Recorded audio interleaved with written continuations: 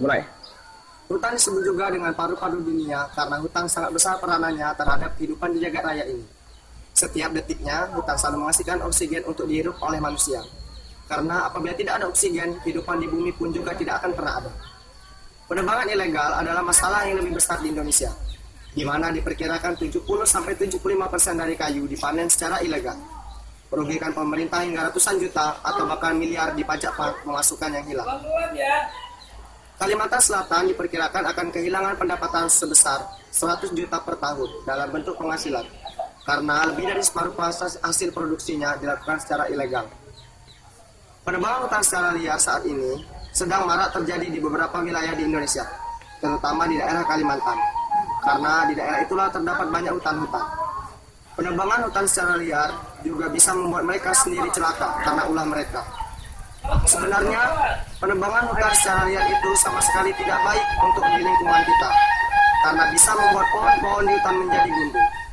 Tetapi, mengapa masih saja banyak warga yang tidak peduli dengan pohon-pohon di hutan, padahal mereka sudah mengetahui akibatnya?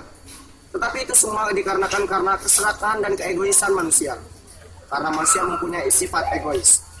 Sebab dari penebangan hutan secara liar, salah satunya karena ekonomi warga sekitar yang kurang, dan akhirnya mereka menebang pohon secara liar untuk dijual, dan hasilnya untuk memenuhi kebutuhan ekonomi mereka. Tetapi itu semua karena menebang pohon dan selalu dengan jumlah yang banyak. Apabila saja mereka bisa merubah diri, bukan berarti tidak boleh. Tapi marah apabila menebang pohon janganlah terlalu banyak, karena bisa merugikan warga dan yang ada di sekitar itu. Tapi tetap apabila kalian telah menebang pohon, marilah kita menanam lagi. Dari mulai bibit dan kita rawat untuk menggantikan pohon yang kita tebang lagi. Apa susahnya ya kalau hanya untuk memotong pohon dan menanam lagi? Dan di samping sebab itu juga ada akibat yang bisa disebabkan oleh penebangan hutan secara liar, antara lain banjir, tanah longsor, dan lain-lain.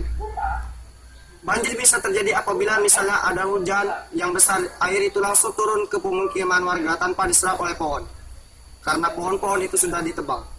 Apabila pohon tidak ada, maka air tidak akan meresap ke dalam pohon. Akan tetapi, banyak yang kita temukan di lapangan yang kurang peduli dengan pelestarian hutan. Padahal jika terjadi banjir, longsor, dan sebagainya, kita juga yang merasakan efeknya. Jangankan kita, hewan-hewan dan tumbuhan pun ikut punah, disebabkan oleh ulah kita sendiri. Penebangan hutan secara liar di saat ini adalah merajalela sehingga meresahkan masyarakat, khususnya masyarakat yang tinggal di daerah terpencil, sehingga dapat berdampak buruk. Penebangan hutan secara liar dapat merusak ekosistem, maka oleh karena itu jangan sekali-sekali mencari keuntungan dengan menebang pohon secara liar.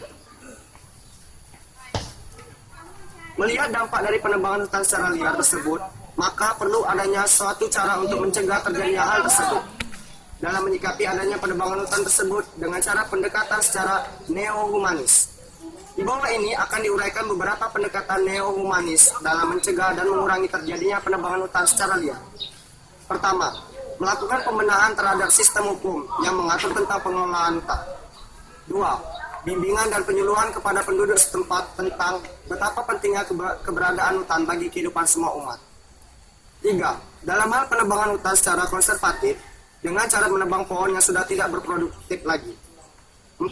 Melakukan program reboisasi secara rutin. Dan yang terakhir, selain itu perlu adanya inovasi pelatihan keterampilan kerja di masyarakat secara gratis dan rutin dari pihak-pihak yang terkait seperti Dinas Tenaga Kerja dan lain-lain.